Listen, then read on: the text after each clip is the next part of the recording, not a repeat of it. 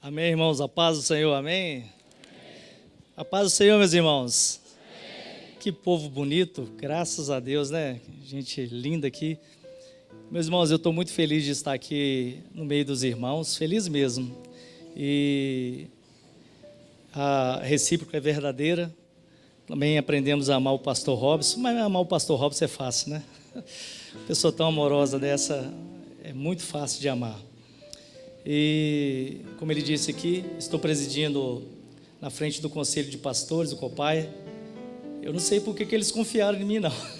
Tem 3 anos só que eu estou aqui em Batiba. Tem pessoas muito mais capazes, mais maduras, né, mais seguras.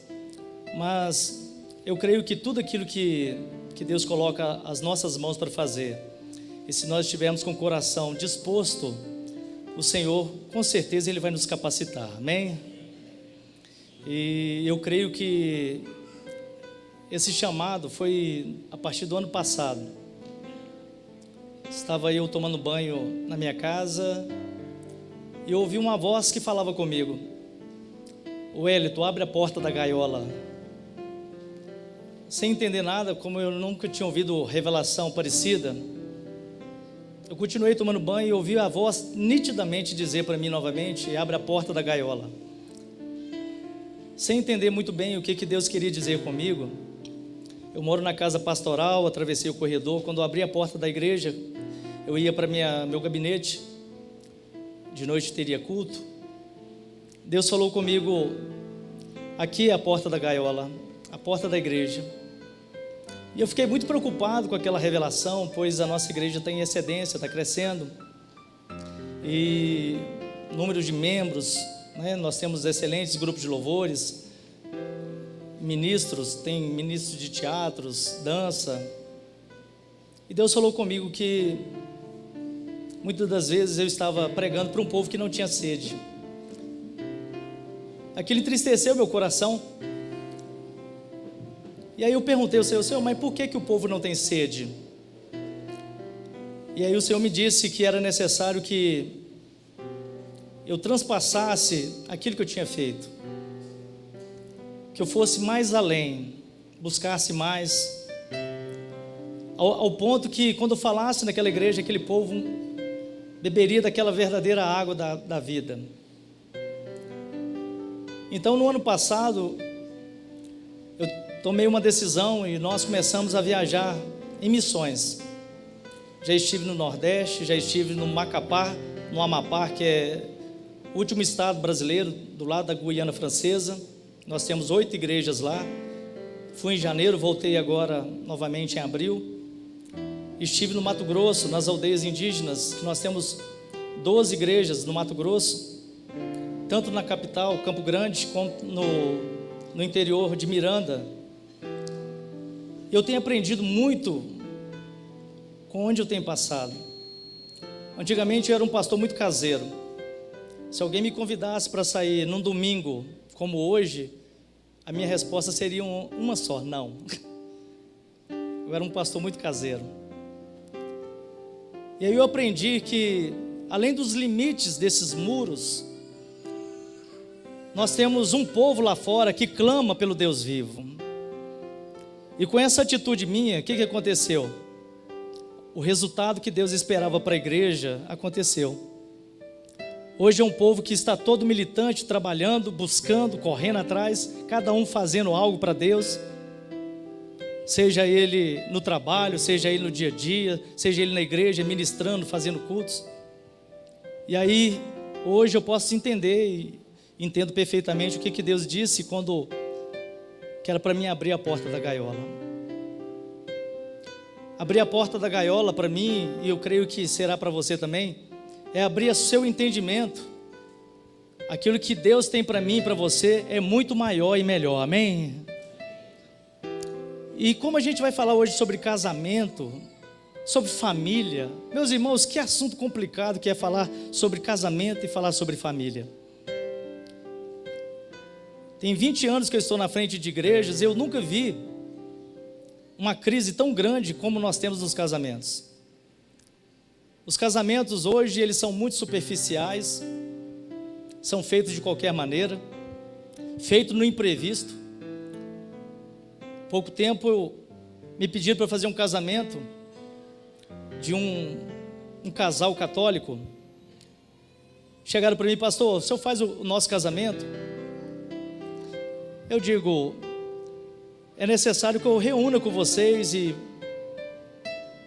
sentei com aquele casal ali, perguntei a idade do menino, 19 anos. E perguntei à moça quantos anos. Ela fez: eu fiz 18 hoje.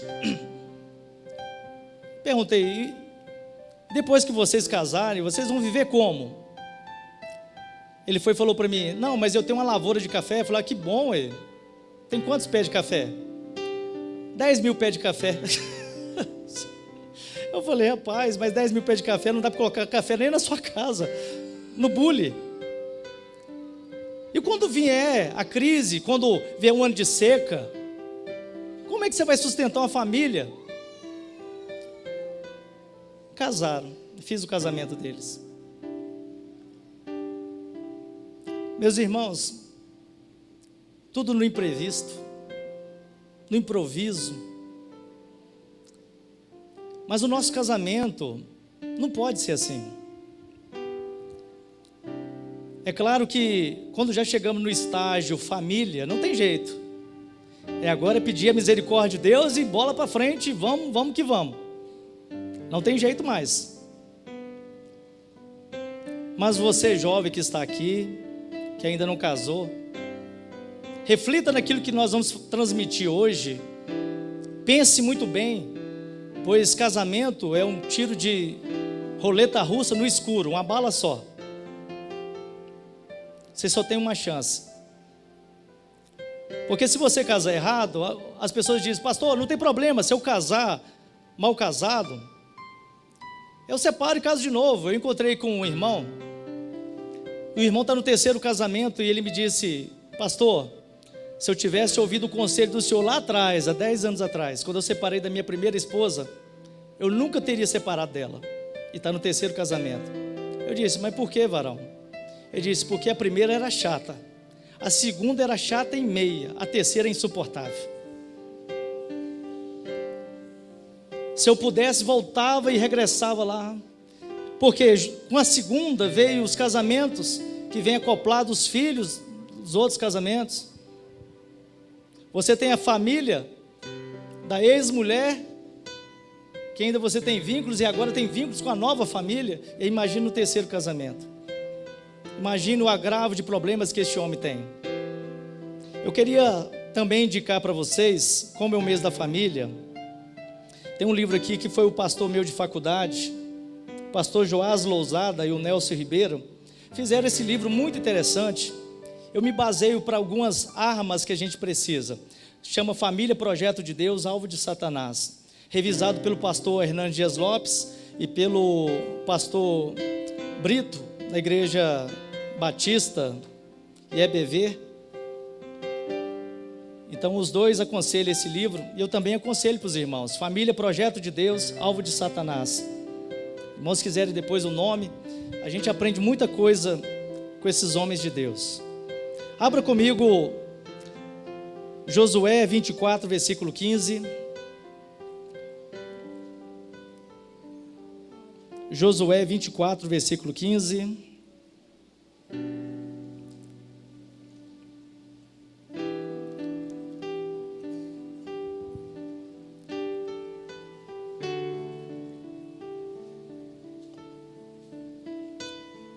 Obrigado, pastor Robson, pelo convite, Isaac. Cadê o pastor Isaac? Está por aqui? Está em Belo Horizonte. Agradeço a ele, Deus abençoe a vida do pastor Isaac, pela confiança. Josué 24, versículo 15. Todos encontraram? Amém?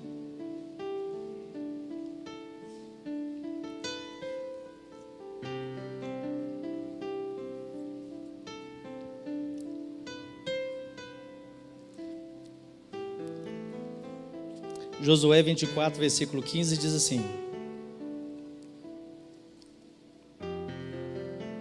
porém, se vos parece mal aos vossos olhos servir ao Senhor, escolhei hoje a quem você vai servir.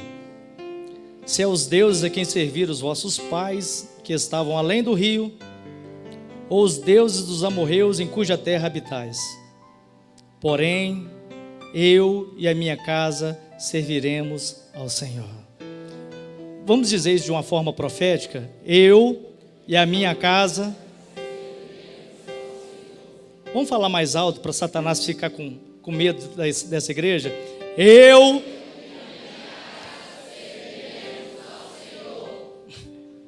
Amém? Meus irmãos, sabia que nós, só de nós conhecermos o Senhor, nós temos que ser profetas. Uma vez, lá no Macapá, nas Palafitas, eu fui numa casa e uma dona chamada Dona Maria, ela tinha 5 crianças pequenas.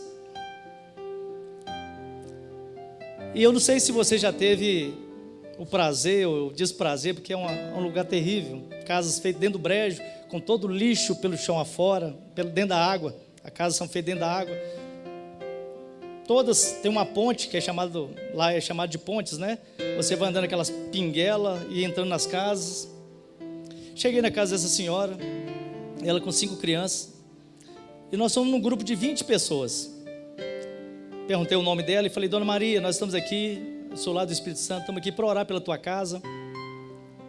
E a criancinha roendo um pãozinho velho, e as outras brincando naquele chão de madeira, e eu olhando aquela água suja passando por baixo, aquele cheiro fétido subindo. Eu disse: Dona Maria, Deus tem coisas grandes para a senhora. E ela falou comigo assim: pastor, como é que Deus pode querer coisas grandes para mim? Olha a minha situação, pastor. Essa casa, nós dormimos nesse chão aqui, pastor. Era um cômodo só, de madeira, e os colchões estavam enrolados. Nós abrimos o colchão aqui passa rato, passa cobra, escorpião. É tudo aqui, pastor. Como é que Deus tem alguma coisa para mim e para os meus filhos? Como é que eu vou poder dar estudo para os meus filhos? Aquilo, a princípio, o homem carnal disse: é verdade, pensei comigo. Mas o homem espiritual me tomou, e eu fiquei cheio da graça do Senhor, e falei assim: sabe por quê? Porque você está olhando com seus olhos naturais. E aí eu me enchi da graça do Senhor, e comecei a perguntar o nome de cada menino. E ele disse: esse aqui é Eduardo. Então eu profetizo que o Eduardo será um médico. Aí eu falei assim: qual o nome desse aqui? O nome dela, eu não estou lembrado muito bem. O nome dela é tal. Então eu profetizo que ela vai ser uma advogada. Ela tem cara de advogada. E comecei a profetizar na vida daquelas crianças. E disse: olha, o lar da senhora nunca mais será o mesmo. Quando Jesus entrar na tua casa, tudo vai ser diferente. Meus irmãos, você e eu temos que olhar para a nossa família, para a nossa casa, e fazer como Josué: eu e a minha casa serviremos ao Senhor. Então vamos dizer mais uma vez: eu e a minha casa serviremos ao Senhor. Aleluia! Meu querido, por que as coisas não acontecem com a gente, pastor? Por que o nosso lar está do jeito que está? Por que o nosso lar não resolve? Por que a gente separa por picuinha, por pequenas coisas? Sabe o que está faltando no nosso casamento, meu irmão? Não está faltando amor, não. Às vezes a gente ama muito mais. A gente separa amando. Outro dia um casal foi separar, e eles chegaram lá para assinar o divórcio, e eles olhando um para o outro e chorando, dizem: eles estão separando amando. Às vezes não está faltando amor, o que está faltando no nosso casamento é Deus, porque quando Deus está presente no casamento, tudo é diferente, aleluia. Quando o Espírito Santo está atuante. Meus irmãos, eu poderia aqui narrar para os irmãos lá da entrada do povo no Egito até chegar em Josué. Eu sou formado nessa área de história em teologia. Eu queria só narrar um pouquinho, eu quero entrar no assunto que eu quero falar. Josué estava encerrando sua carreira. E aí Josué, quando chega na terra, a terra prometida pelo Senhor, ele chama a sua nação, o povo, E eu quero só lembrar que Josué, quando pegou o povo da liderança de Moisés, Deus leva Moisés no monte de Pisga, um monte muito alto. Levou ele nesse monte e Deus falou com Moisés: Moisés, diz a Josué que ele vai assumir este povo no seu lugar. Mas você vai chamar Josué na frente do povo e vai dizer que o povo é um coração duro, obstinado, idólatra. É isso que é para dizer, Senhor? É para dizer. E aí eu fiquei imaginando, eu me coloquei no lugar de Josué, porque todas as vezes que eu leio a Bíblia, eu faço uma cosmovisão. Cosmovisão é voltar lá no tempo que foi escrito, por que foi escrito. E eu entrei nessa cosmovisão e me coloquei no lugar. Eu fiquei pensando, nossa Deus, se eu fosse Josué, e Deus mandando falar ali, olha, tá vendo esse povo aí? Coração duro, dura serviço, idólatra, mas é com esse povo que você vai entrar na terra. Sabe? Não é diferente de nós hoje, não é. Esse povo de coração duro somos nós, dura serviço, inconstante, somos nós. Mas somos nós que os líderes vai ter que ter o compromisso de fazer entrar na terra prometida, a nova Jerusalém, amém? E aí ele assume esse povo e vai, o povo realmente, tudo que Deus falou era verdade. Só que ele chega nesse momento, ele diz, gente, agora está no momento de vocês escolher quem é que vocês vão servir. Os deuses a quem serviram os vossos pais, da além do rio. Aí a gente pode entender como a gente quiser, mas provavelmente era lá em Ur dos Caldeus, desde a época de Abraão, que Abraão, o pai dele, fazia ídolos. De quem? Quem que vocês vão escolher? Os deuses dos nossos pais lá? Ou você vai escolher os deuses dessa terra? Mas ele tinha uma opção. Eu vou escolher o Deus Todo-Poderoso, o Yahvé. Sabe, a gente tem algumas opções na vida da gente. Tem coisas na nossa vida que sempre vai e volta. Escolhas. A nossa vida é cheia de escolhas. A gente escolhe se a gente quer que a nossa família sirva ao Senhor. A gente escolhe se quer que a nossa família sirva ao Senhor do passado, dos nossos pais. A gente escolhe se quer que a nossa família sirva aos deuses dessa terra.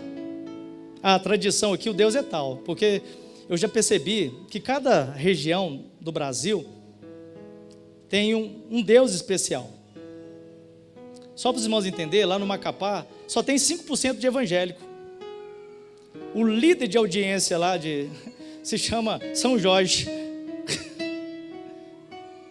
São Jorge lá, ele tem mais autonomia do que Jesus lá. Tudo quanto é casa que você vai, tem um lá sentado no guerreiro, um guerreiro, um dragão assim.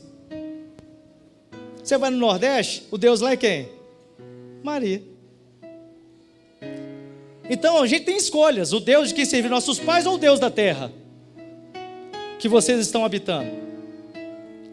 Mas ele tinha uma decisão, eu e a minha casa serviremos ao Senhor. E aí, pastor, como é que fica? Eu e a minha casa vamos servir ao Senhor, mas meu filho não quer ir na igreja mais.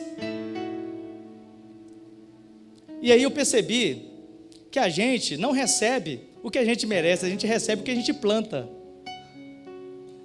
Meus irmãos, por que muitas das vezes a nossa família está assim esmiuçada, diminuída na presença do Senhor? Outro dia eu vi o Hernando Dias Lopes dizendo, uma frase muito interessante, que quando nós nos distanciamos da palavra, por mais que ela seja pregada, ela é um desastre na prática. Então o que eu tenho percebido é que as pessoas estão distanciando da palavra de Deus. Por quê, pastor, que elas estão distanciando? Porque muitas vezes elas estão usando as fórmulas da terra, de agora ou do passado.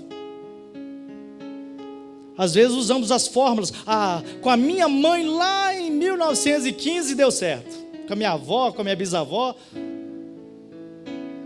ou as fórmulas hoje, e a gente vê que As fórmulas hoje, elas são cada vez mais sensuais. A cultura é sensualidade. E eu tenho percebido que isso não resolve o problema de casamento. Às vezes as pessoas, vamos acalentar nosso casamento, vamos botar fogo no nosso casamento, e isso não resolve. Os deuses da terra não resolvem.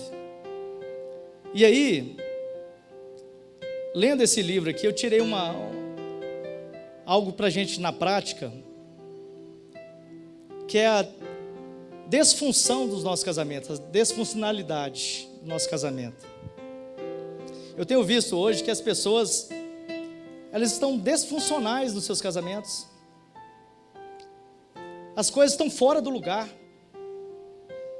Elas não são conforme a palavra de Deus. A nossa regra de fé e prática é a palavra de Deus. Pastor Nelson, pastor Joás, tem ótimas fórmulas para o meu casamento. Mas a maior fórmula está aqui, meus irmãos, na palavra de Deus. Então, o que eu vou dizer aqui, você vai até ficar chateado, pastor, mas hoje não é assim não. Mas a Bíblia diz que essa palavra aqui, ela é imutável, ela não muda, ela é eterna, porque o seu autor está vivo, e vai continuar vivo pela eternidade. A primeira coisa que eu vi nesse ato de desfunção, foi vendo um programa, Os Irmãos à Obra. Vocês já viram esse programa? Eu amo esse programa. São dois irmãos gêmeos, um constrói a casa e o outro tenta arrumar uma casa melhor para aquela pessoa. E a primeira coisa que ele faz é ver a desfunção ali dentro daquele ambiente, daquela casa. Esse banheiro está fora do lugar, essa cozinha tem que aumentar. Eu amo aquele programa. E aí eu percebi que o casamento também é assim. E vendo esse programa lá, eu até estava brincando com minha esposa, eu vou ter que chamar os irmãos à obra aqui. Por quê? Porque eu tenho um banheiro que sai para a sala. E aí, esses dias, a gente fazendo um discipulado lá, o irmão, coitadinho, ficou ruim.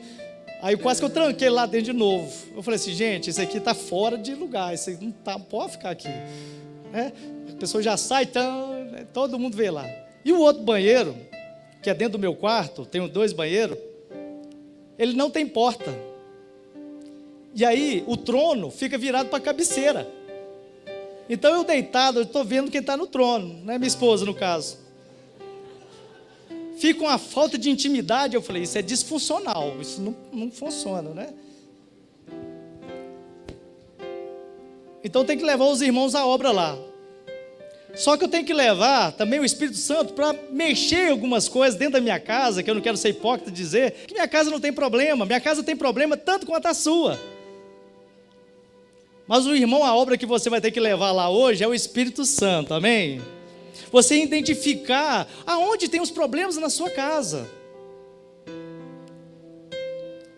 E aí a primeira desfunção que eu queria falar com os irmãos é a desfunção financeira.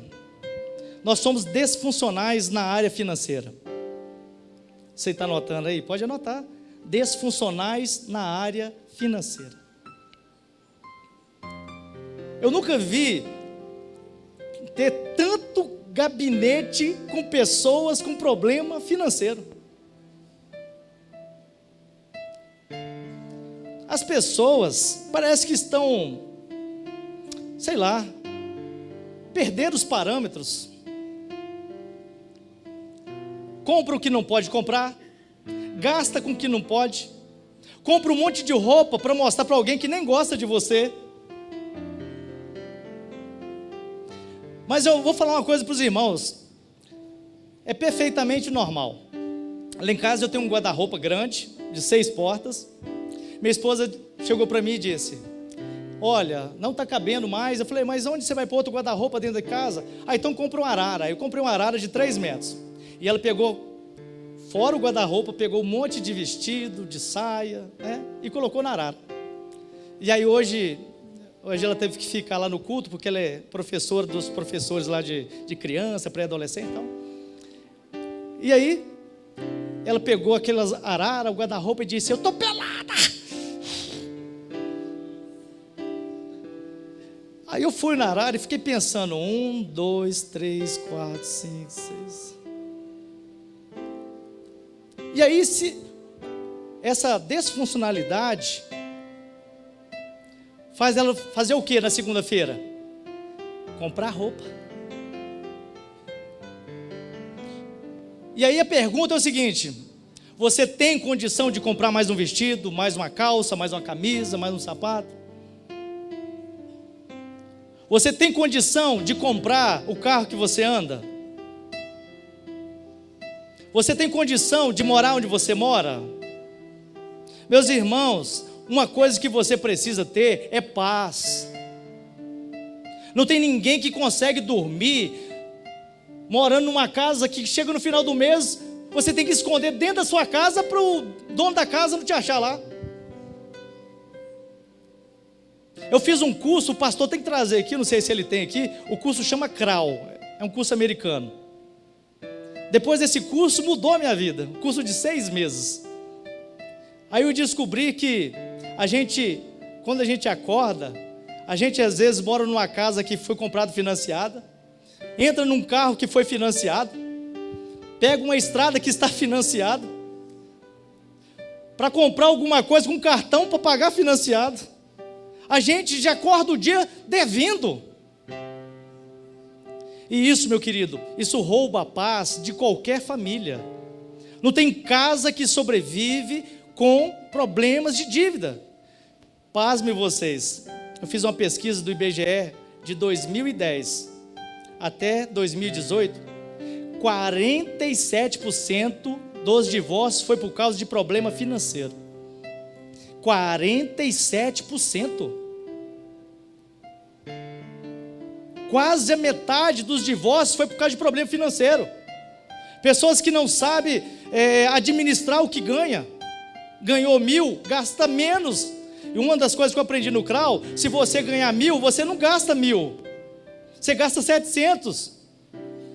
Vai que é um ano de sequidão. Aparece um problema, o menino fica doente, precisa comprar um remédio. Qualquer situação adversa, se você gasta tudo que você tem, se você não tem uma economia, meu querido, sabe o que acontece?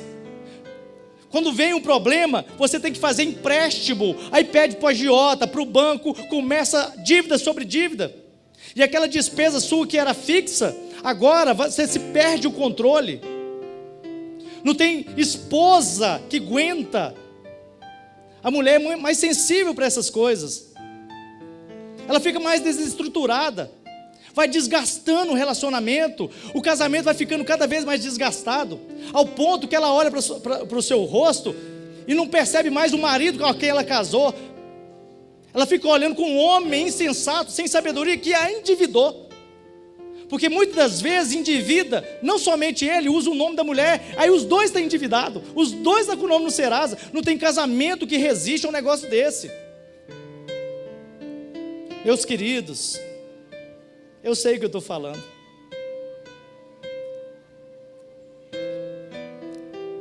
No ano de 2003 até 2008, eu trabalhava numa empresa chamada Johnson DVC, uma empresa multinacional.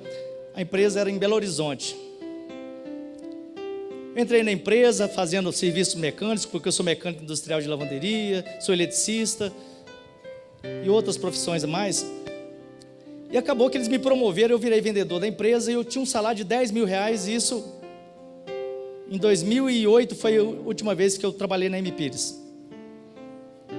E um certo dia, eu comprei um apartamento muito bonito em Vitória, em Colina de Laranjeiras, na Serra. Apartamento com piscina, sauna. E eu falei assim, sabe de uma coisa? Eu vou sair de Valadares, Governador Valadares, e vou mudar para lá. Quando eu fui pedir conta na empresa, a dona chamada Mercedes falou comigo assim, Wellington, deixa eu te fazer uma pergunta. Você tem que série? Eu falei, eu tenho 2º grau completo, eu não tinha faculdade ainda. Ela disse, tá vendo meus 3 filhos aqui? Me mostrou os 3 filhos na sala. Esse é psicólogo, esse é formado em administração, e aquela está doutorando não sei o quê. Todos os 3 ganham o mesmo tanto que você ganha tendo 2º grau. Você tem certeza que você vai pedir conta? Eu disse, tenho, eu quero morar naquele lugar é muito bonito, aquela piscina maravilhosa, e eu quero mudar para aquele negócio, pegar sauna todo dia, e lá vamos. Meus irmãos, quando você ganha 10 mil reais, eu comprava o carro que eu quisesse, eu tinha moto, a moto enferrujou sem eu andar com ela, viajava para onde quiser. Não, onde você quer viajar? Então vamos embora. Mudei para Vitória, chegou lá, custo de vida em Vitória, né? Aquela maravilha, aquele trem para sobreviver lá. Fui trabalhar numa empresa lá, empresa fraca. A empresa me pagava 2 mil reais em 4 pagamentos. Eu com a despesa fixa dos 4 mil. Aquilo começou a criar contenda dentro do lar. Meu casamento foi desgastando. Eu fiquei isso aqui para separar. E aí eu falei um certo dia, cheguei em casa, minha esposa falou comigo assim, Wellington, olha, não tem o Todd, não tem o leite dos meninos. E só tem arroz e feijão dentro de casa. Meus irmãos, aquilo foi a primeira vez que eu encarei a realidade que o problema financeiro pode acabar com o casamento. E eu tomei uma atitude drástica. Eu falei assim, vamos lá na praia? Ela disse, mas o que você vai fazer? Plena segunda-feira, 1h da tarde na praia. Eu fui na praia de Manguinhos e ela foi comigo, chegou lá, ela abriu o tecido, um pano, sentou com os meninos ali.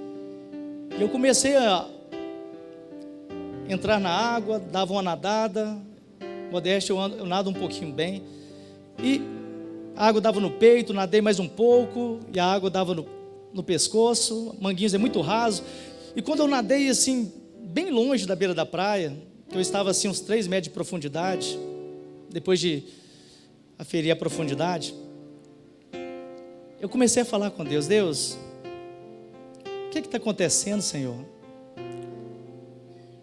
Eu entendi que foi o Senhor que mandou que eu saísse de Governador Valadares, que viesse para Vitória. O Senhor me deu em sonhos. Por que eu estou passando essa prova? Os meninos não têm leite com Todd, Senhor. Eu poderia comprar caixas e mais caixas de leite com Todd. E além desse emprego da MPires, ainda eu tinha 16 contratos com hospitais grandes, que davam um lucro muito grande. E por um silêncio, e Deus não falou nada. Depois de muita insistência, Deus falou comigo. Você lembra quando você entrava na praia? Que você foi medindo os seus pés e vendo a profundidade? Eu falei assim, lembro, Senhor. Então, assim era a sua vida. Você estava sempre com os pés na areia, confiado em você mesmo. Deus falou comigo, olha onde você está agora. Eu falei, eu estou no fundo, Senhor. Ele disse, mede a profundidade de novo. E eu medi. Estava bem fundo mesmo. Quando eu voltei na superfície, ele falou assim, sua esposa sabe nadar? Igual um machado sem cabo. Seus filhos poderiam te salvar? Eles estavam pequenos. Eu disse, não, Senhor. Tem algum pescador aqui em sua volta que poderia vir ao seu socorro? Eu disse, não. Você está sozinho aqui, não é? Eu disse, estou. Se eu tirar a minha mão, eu disse, se eu tirar a mão, eu morro, Senhor. Ele disse, era isso que eu queria que você entendesse. Mais dependência e menos eu. Menos você. Quando você ganhava muito, você não dependia de mim, você dependia de você. Eu te trouxe aqui, até este momento, eu te trouxe para a Vitória, para tirar de você toda a soberba e altivez, para te mostrar que você tem que ser dependente de mim. E eu disse, e agora, Senhor? Deus falou comigo, volta para casa, a sua bênção está em casa. Fui nadando na beira da praia, minha esposa sentada lá, e eu disse, vamos embora, Deus mandou voltar para casa. Ela disse, mas que loucura é essa, chegamos agora? Eu disse, não, Deus falou para a gente voltar para casa. E eu voltei para casa. Quando eu cheguei em casa, o telefone tinha esquecido lá em casa. Tinha tocado mais de 30 vezes, era um hospital. Um hospital muito grande de Governador Valadares, chamado Bom Samaritano.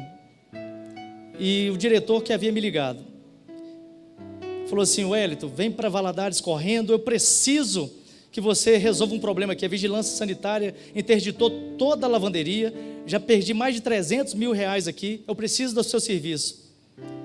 E aí cheguei lá, quando eu cheguei, fui direto no diretor, ele disse, nem vai direto para a lavanderia, resolve o problema, o valor que você cobrar é isso mesmo. Para quem estava todo endividado. Cheguei e falei assim, olha, tem que fazer isso. Fizemos o serviço, quando eu fui cobrar 10 mil reais, era muito dinheiro. E ele sabia que valia. Ele me deu 11. Eu pedi 10, ele me deu 11. E falou comigo assim, eu vou te dar 3 salários mínimos, Wellington, para você vir uma vez por mês aqui em Valadares. Você faria isso por mim? Faria. Meus irmãos, até no ano passado, em abril do ano passado, eu ganhava 3 salários mínimos para vir uma vez por mês em Valadares. Sabe por quê? Porque eu tinha que aprender alguma coisa que muitas vezes aqui, seu casamento está ruindo, dependência. Você não depende, não é da sua lavoura não, meu querido. Você não depende, não é da sua empresa. Você tem que depender de Deus, porque se Deus fechar as portas, acabou tudo. Se nós agirmos de falta de sabedoria, e aí, lá na frente, quando eu agir de falta de sabedoria, falta de dependência, eu vou botar minha culpa em quem? Em Deus. A igreja é fraca, o pastor não ora pela gente mais, não é assim? Eu vejo isso, eu ouço isso todo dia. Ah, pastor, eu estou aqui na igreja, venho aqui, dou os dízimos, faço ofertas, estou trabalhando. Sabe por quê? Porque o principal, às vezes, a pessoa não tem, a dependência. Meus irmãos, problemas financeiros se resolvem com dependência. Diz aí para o seu irmão, problemas financeiros se resolvem com dependência.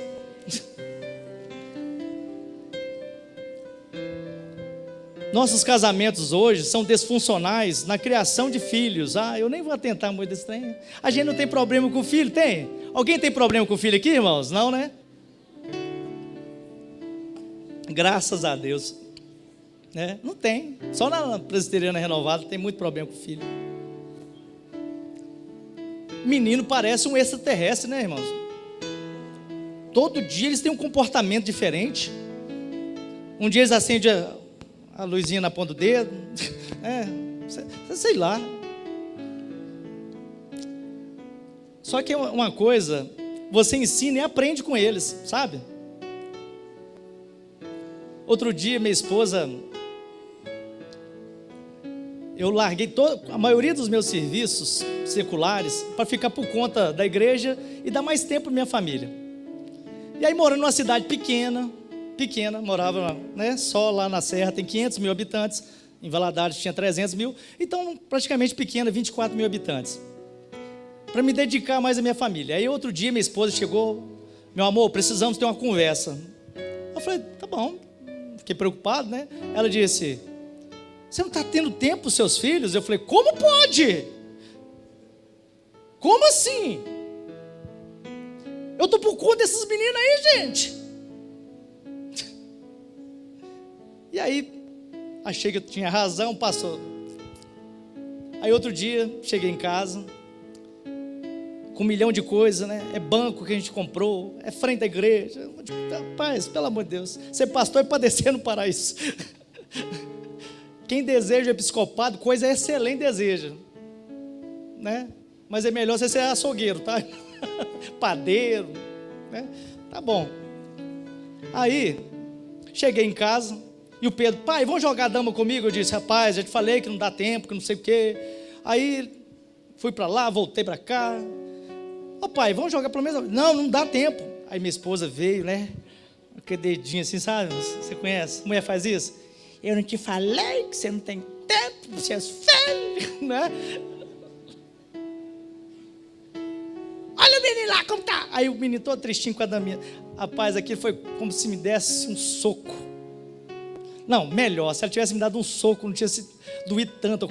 Quase que eu procurei o doutor Leonardo. Falei, rapaz, mas que tem deu um ataque. Sabe? Meus irmãos, nós precisamos voltar à prática da Bíblia. Lá em Efésios capítulo 5, ele dá um ensinamento para a gente sobre família, sabe?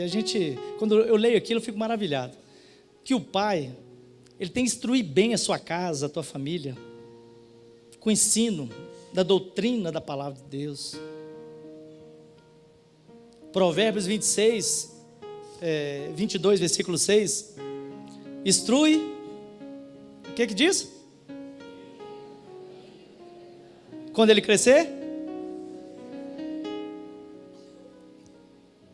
Lá em Números, Deuteronômio, diz que a gente tem que pegar a criança e ensinar desde ainda da idade tenra, inculcando na cabeça dela.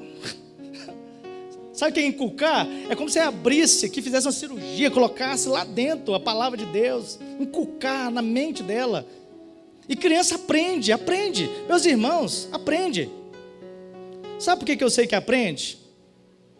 Porque hoje nós estamos fazendo o quê? Secularizando, né, outras pessoas para administrar a vida dos nossos filhos. Os pais não têm tempo para filhos. As crianças, já, desde a sua idade tenra, elas já têm uma atividade programada, já. 6 horas passa a Kombi, meio-dia já leva para babá, 6 horas traz de volta. Meus irmãos, nossos filhos, coitado deles. Aí chegou lá uma criança, lá na igreja, e aí estava cantando esse louvor que o irmão cantou aqui, né? Por isso eu pulo, pulo, pulo. E ela assim. Aí eu achei aquele estranho, né? Aí perguntei à mãe dela, que desgrama é que é? O que é aquilo? Aí perguntou a criança. Aí, onde você aprendeu a dançar essa música aí, menina? O que é isso? Ela falou assim, não mãe, eu estou cantando, o nome dela é Jennifer.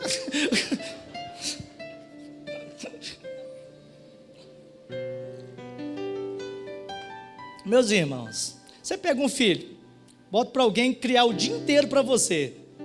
Uma pessoa que não é cristã, o que você está esperando? Qual que é o resultado disso? Só para os irmãos entenderem, Moisés, né? A história de Joquebede, você já conhece a história, uma história que eu preguei no Dia das Mães semana passada. Mas quando Joquebede coloca aquela criança nas águas, que Miriam vai lá, faz aquele negócio, eu vou arrumar uma ama para você, e ela cria, o filho dela ainda recebe salário, vocês conhecem a história? O que diz a palavra? Que quando Moisés cresceu, o que ele fez? Preferiu ser chamado filho dos hebreus do que filho de Faraó. Por quê? Quem criou ele? Foi a própria mãe dele. Inculcou na mente dele, Moisés, olha, você está lá no palácio, foi assim, assado, tá bom? Ensinou o menino. Quando ele cresceu, a primeira coisa que ele fez foi vazar do palácio. Agora, se Moisés tivesse sido criado pela princesa, se não fosse inculcado na mente dele que ele era hebreu, que ele não era egípcio, o problema é esse: os nossos filhos estão sendo criados pelos egípcios, então ele acha que ele é egípcio, que ele tem que ter a mesma mentalidade, os mesmos deuses dos Egito. Meus irmãos, nós temos que dedicar tempo de qualidade para os nossos filhos. Nenhum sucesso vai substituir, meu querido, os tempos que você vai perder com seus filhos. Porque nós ensinamos, mas também nós aprendemos com ele nos ensina. Senta com o seu filho hoje, pergunta, meu filho, o que você acha do papai? Aí ele vai te dizer assim, é para falar a verdade ou... Você acha que o papai tem te dado a qualidade que você merece? A gente está doido. Não, pastor, mas outro dia uma pessoa falou isso comigo. Pastor, porque eu tenho que trabalhar o máximo possível para o meu filho ser alguma coisa. Meu querido, não adianta você fazer alguma coisa para o seu filho e depois ele não querer ser o que você quer que ele seja. Não querer estudar da maneira que você quer que ele estude. Nós somos disfuncionais em relação a filhos. O menino começa a crescer, você diz, não, pode ficar em casa, não precisa ir no culto domingo não, é bobeira, né? Os pastores ficam enchendo linguiça lá, né? A gente fica enchendo linguiça, a gente fica a semana toda estudando para pregar, né? A gente está deixando as crianças aprenderem. Teve uma certa vez que nós tivemos lá uma palestra com um pastor, e ele estava falando dos malefícios que o videogame e a televisão cria na mente das crianças. Hoje a nossa mamadeira para os nossos filhos são videogame. Você já notou? Meu menino, ele tem o videogame, ele joga videogame. Aí ele tem o celular, ele passa para o celular. Descarrega, quando está carregando o celular, ele passa para o tablet. Quando descarrega o tablet, ele passa para o computador.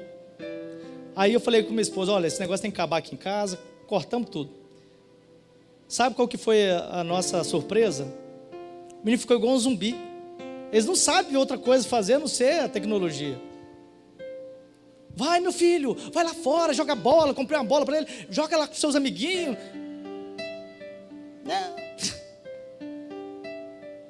Fica esses meninos desanimados, né?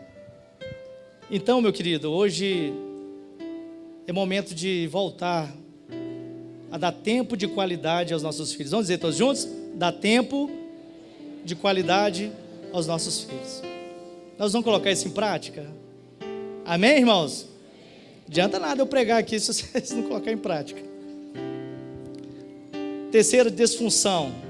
Nós somos disfuncionais na questão de abandonar os pais para seguir a nossa vida conjugal. Ah, mas isso não acontece aqui não. Tá doido. O que é abandonar os pais? O que Gênesis diz aí? Por isso deixará o homem, pai e mãe, se unirá à sua mulher e tornarão uma só carne. O camarada, ele casa, mas parece que ele casou com a sogra também.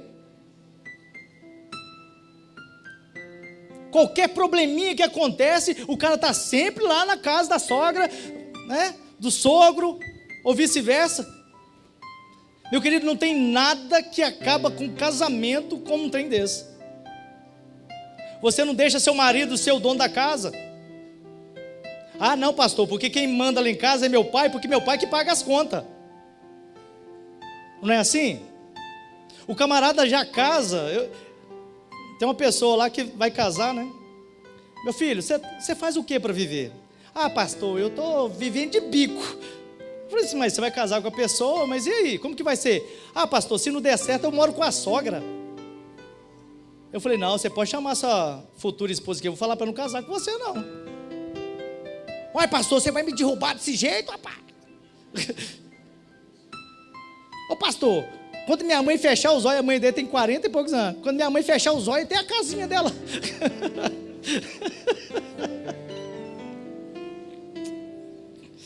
Vocês estão achando que eu estou brincando, irmãos? Estou falando isso aí que o pastor sofre. Ser pastor é padecer no paraíso. Sinceramente, quando eu ouço um negócio desse, dá vontade de dar um piau na orelha.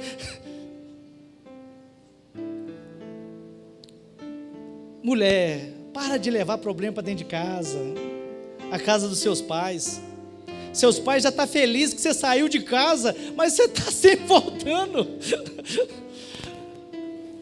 Mãe, você não sabe o que ele falou, né? Não é assim?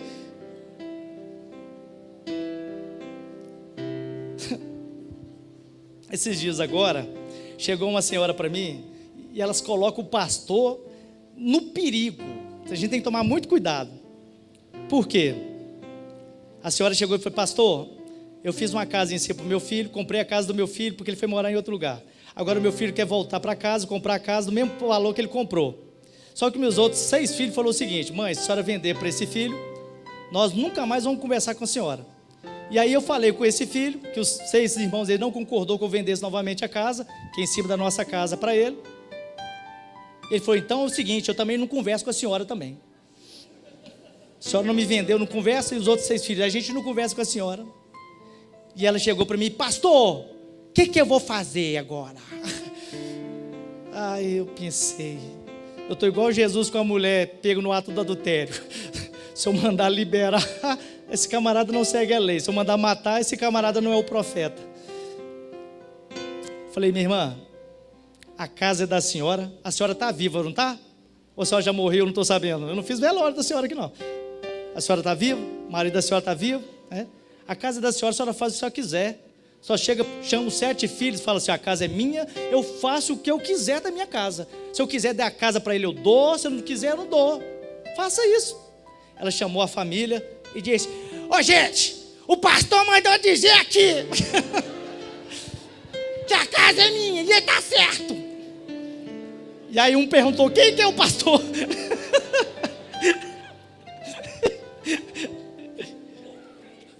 Acabou que ela vendeu a casa para o outro, que falou que ia pagar e não pagou, e os 6 filhos estão lá comendo todo domingo do mesmo jeito. Aí esse que comprou a casa, ele fuma, bebe, né? Aí outro dia meio bêbado passou: ô pastor, tô te devendo uma, viu, rapaz?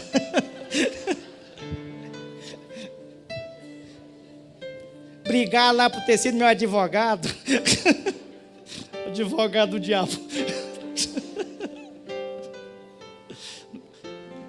Meus irmãos, vai viver a sua vida, vai? Quem casa quer? Eu vou ler um texto aqui que é muito interessante, que ele é muito propício aqui para a cidade. Provérbios, deixa eu ver aqui.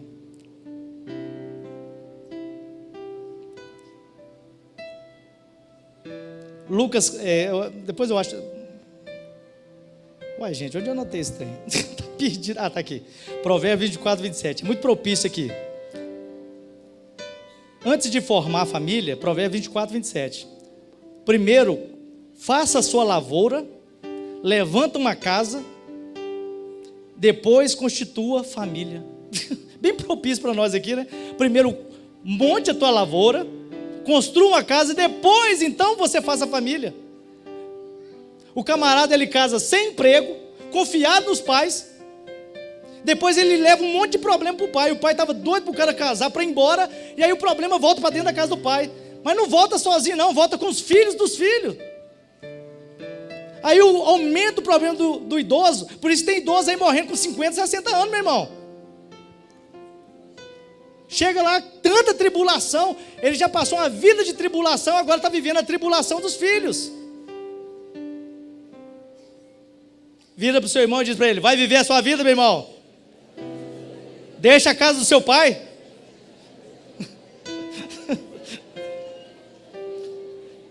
Pastor, acho que vai ter uns rompimentos de noivado aqui hoje. Vai ter uns noivados aqui, mas a culpa não é minha, é da palavra, hein? Vocês viram que eu li o texto aqui, está na Bíblia aqui.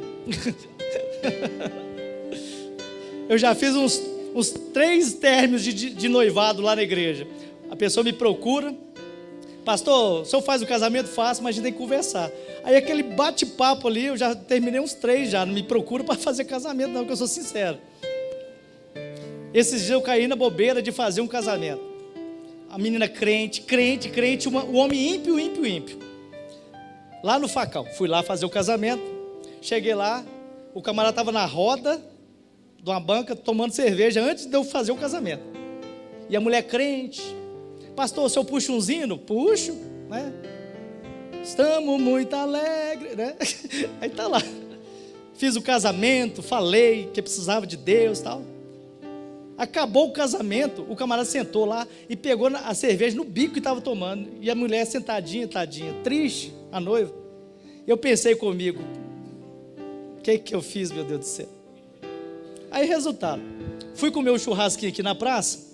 A dona falou assim: pastor. Eu disse: uai, mas como que você sabe que eu sou pastor? Você fez o casamento da minha prima. Eu falei: que benção. Quem que é sua prima? Ela disse: aquela que o senhor fez lá no Facão. Eu disse: ah, que maravilha. Como que eles estão? Separou, pastor. 1 mês de casado. Ai, meu Deus, queimei meu filme. Você está entendendo? Tenha juízo, gente. Nós somos disfuncionais, para nós terminarmos, na questão também de troca de papéis dentro de casa. Ah, meu Deus do céu, eu não queria falar esse assunto. Troca de papéis dentro de casa. Pastor, o que é isso? É o homem querendo ser mulher e a mulher querendo ser o homem. Ah, mas isso não acontece aqui não, né? Ah, não acontece aqui. Na nossa igreja a gente tem um caso lá. A mulher sai todo dia 6 horas para trabalhar, o marido faz em casa, faz almoço, limpa os meninos, troca o negócio do cachorro.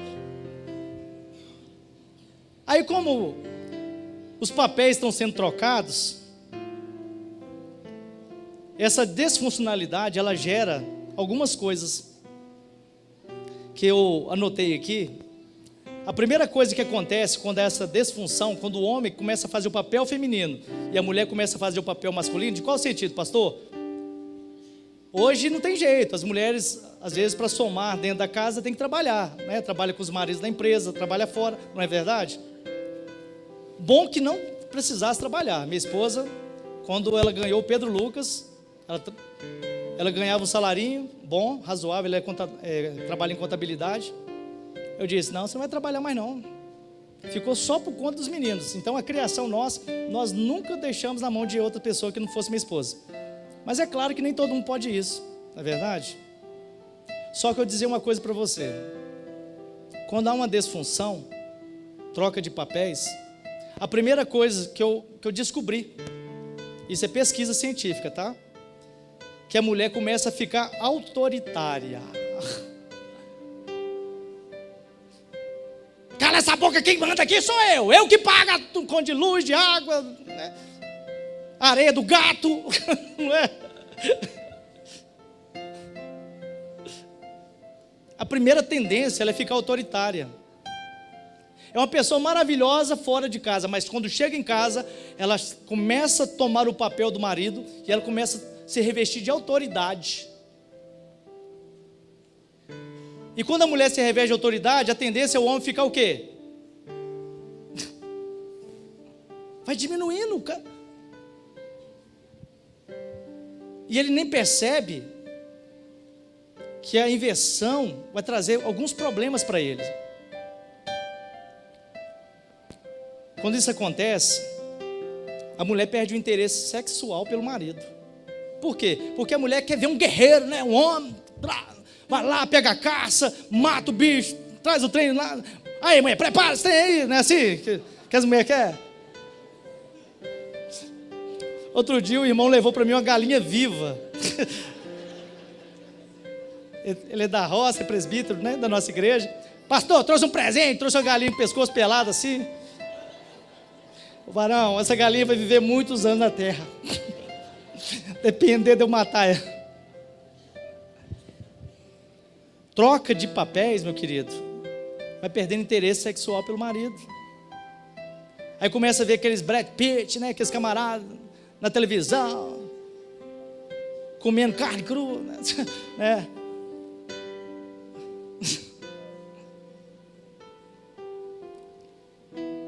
Tem casamento que está terminando por causa disso, tá? A gente está rindo. A mulher virou para mim, pastor, eu quero separar do meu marido, por quê? Pastor, eu não vejo mais nada do meu marido. Eu olho para ele, eu me vejo. Homem heterossexual. Até batom transparente, o homem está passando para vir para a igreja. Faz unha, tira cutícula. Meu irmão, a troca de papéis vai fazendo que o homem fique afeminado. E ele não percebe isso. E a mulher cada vez começa até a engrossar a voz. Tem uma mulher, uma senhora lá na nossa igreja, que ela trocou tantos papéis que ela fala comigo assim, paz do Senhor, pastor. Eu falei, nossa, pai, quando fala. Você está entendendo? E aí, por a mulher ficar mandona, autoritária, ela cai em algumas coisas que eu anotei aqui em Provérbios. Eu acho que o cara que falou, ele sabia o que estava falando. Salomão teve 1000 mulheres. Eu acho. Olha o que Salomão disse: que a mulher autoritária, que é melhor você morar no quintal, no fundo de um quintal, do que morar numa casa grande com a mulher rixosa e iracunda. Provérbios 21:19, é melhor morar no meio do deserto do que uma mulher rixosa e iracunda. Provérbios 19:13, grande miséria é para um pai de família quando seus filhos não têm sabedoria e sua mulher é como uma goteira dentro de uma casa. Provérbios 27:15, o gotejar contínuo de uma grande chuva é a mesma coisa de uma mulher rixosa dentro de uma casa.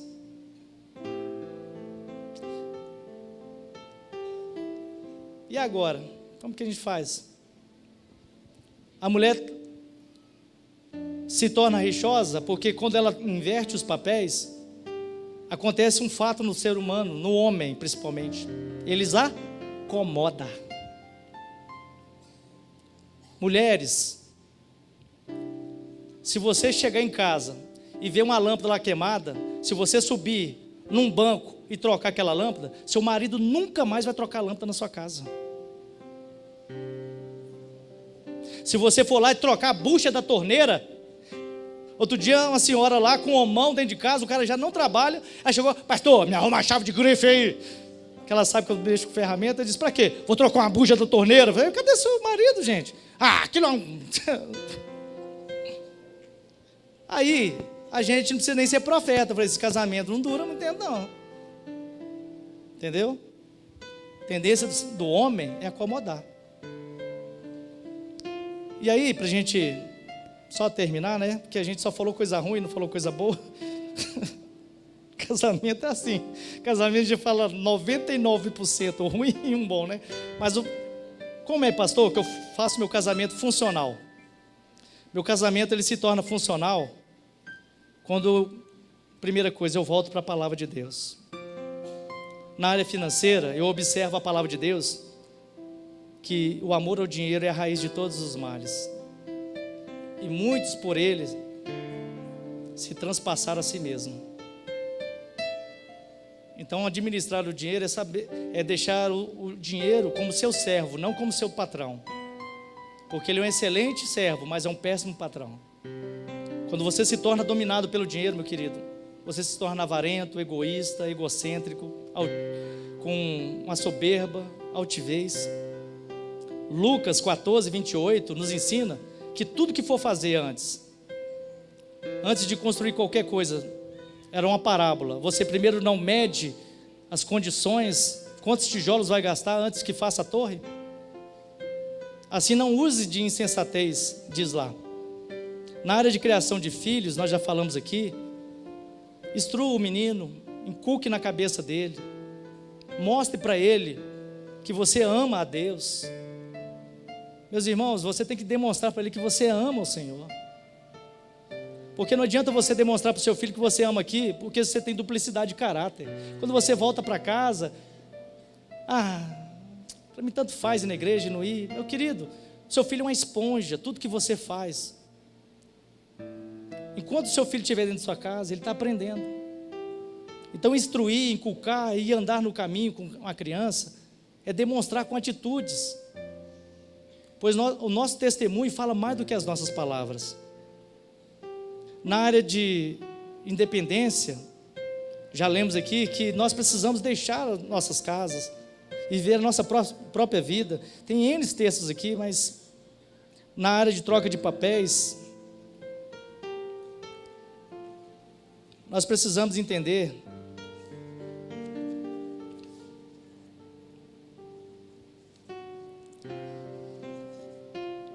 Efésios 5, 25, 5, 24 e 5, 22.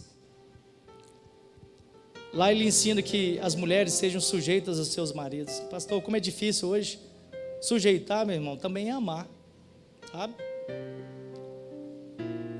E outra coisa, ela diz, sujeita seus maridos como a igreja sujeita-se a Cristo. Isso é profético. Então não tem como mudar essa ordem, porque quando uma esposa sujeita ao marido, é como se a igreja estivesse sujeitando a Cristo. Pega uma igreja disfuncional que ela não sujeita às vontades de Cristo, que faz o que quer, e vê se tem espiritualidade, vê se tem libertação, se tem salvação, vê se o casamento é bom quando as coisas mudam de papel. Mas pega um casamento onde a mulher é respeitosa. Eu fui numa família, num lar, que eles têm mais de 50 anos de casado. Eu achei tão bonito. O marido sentado no sofá, ele fez assim. Aí daqui a pouco apareceu, fala meu amor. Eu falei, nossa, eu faço um negócio desse, eu ficava sem um dente. Falei, não, o nosso código aqui, eu só assovio, não fico com gritaria.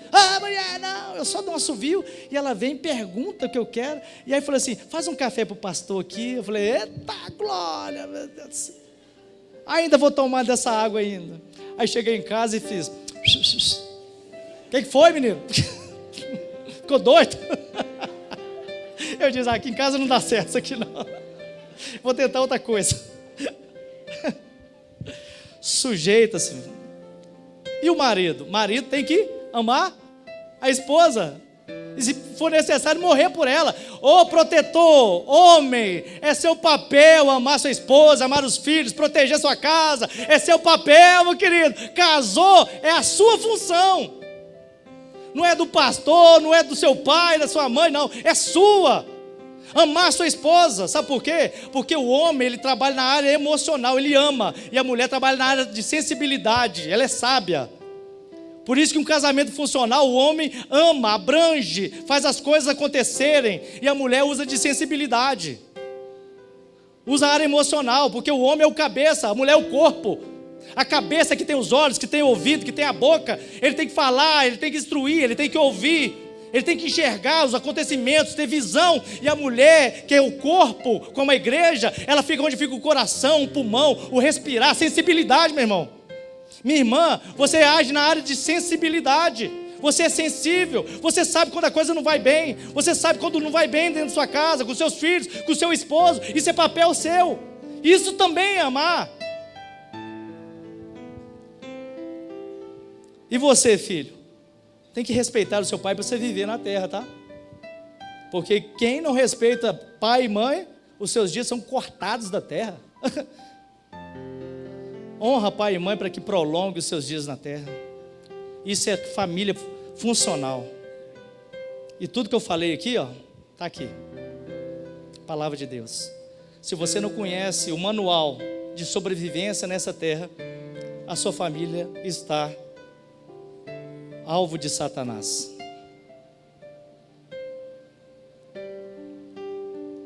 E aí, infelizmente, a gente fica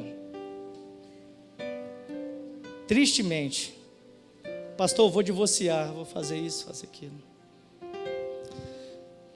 Eu queria que você se colocasse de pé para nós terminarmos.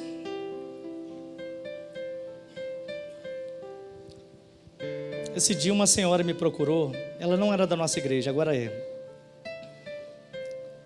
Pastor, eu queria pedir um conselho para o senhor, porque a igreja a qual eu congrego, o pastor não tem pastor. E aí, muito paciência, eu disse, tá bom, vou te atender. Marcamos um horário. E ela chegou lá. E durante 1 hora ela falou mal do marido dela. Meu marido é isso, é isso, é isso, é isso, é isso, e isso. Eu ouvi. Eu disse, e qual que são as qualidades dele? Que ela estava certinho para separar. Ela disse, ele é um bom pai para os filhos. Ele paga as contas. E nunca me traiu em 37 anos de casado. Eu falei, você quer mais o quê? Homem que paga as contas? Que não trai a mulher? E que ainda é um bom pai? Sabe por quê? As pessoas não estão entendendo seus papéis dentro da casa. Quer exigir coisas que não é função do marido. E às vezes o marido fica exigindo coisas que não é função da mulher.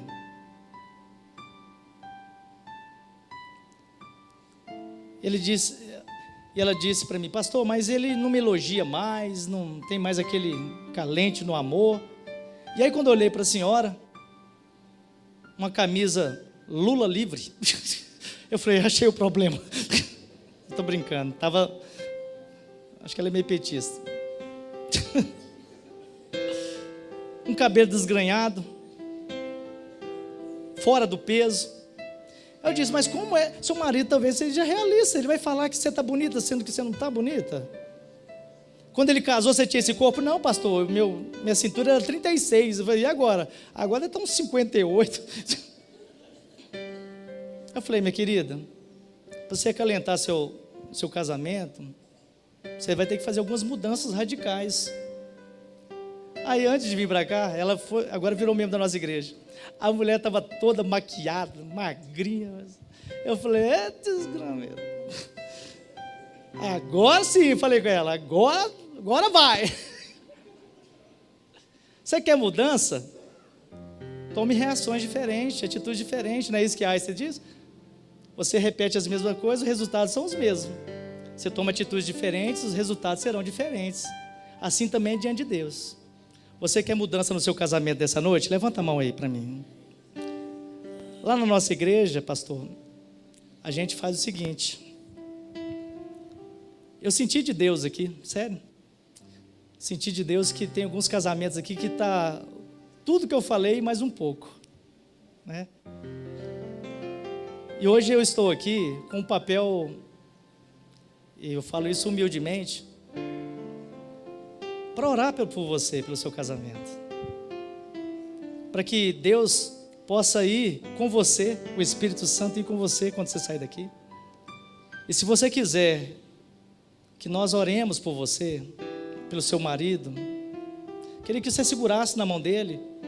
Eu acho que a igreja é muito grande, eu acho que vai ser impossível, né, deles virem aqui na frente, né, pastor? É no lugar mesmo, né? Se segurasse a mão do seu esposo, e a mão que você não estivesse segurando, que eu queria que você levantasse para o alto, segurando a mão do seu esposo com uma mão e com a outra para o alto.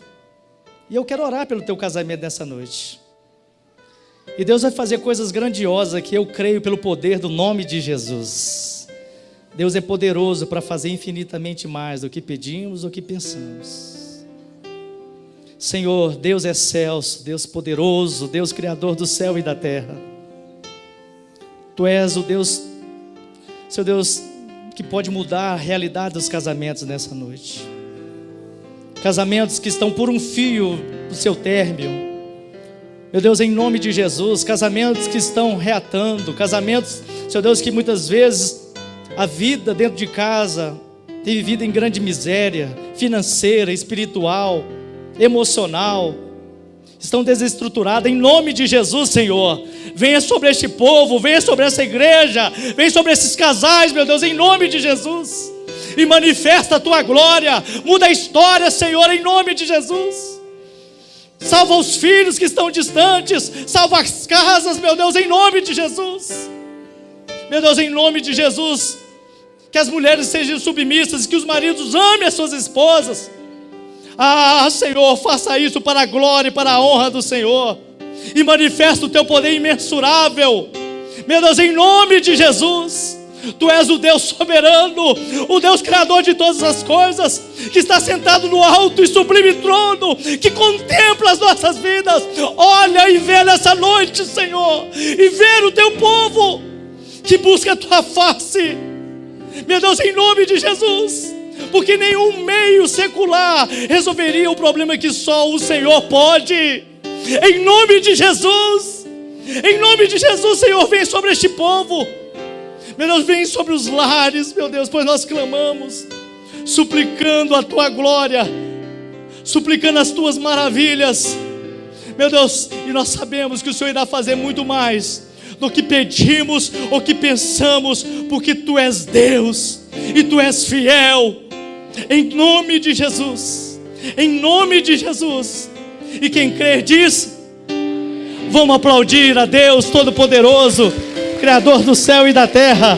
Aleluia! Santo é o Teu nome, aleluia! Que Deus abençoe a vida dos irmãos. Como é bom conhecer mais uma família de Cristo, né? Que Deus abençoe Pastor Robson, a tua igreja, a igreja a qual o Senhor pastoreia. Eu sei que não é fácil. Eu pastorei um pequeno rebanho, eu sei que é muito difícil. Imagina um grande rebanho desse. Que Deus abençoe o Senhor, tá?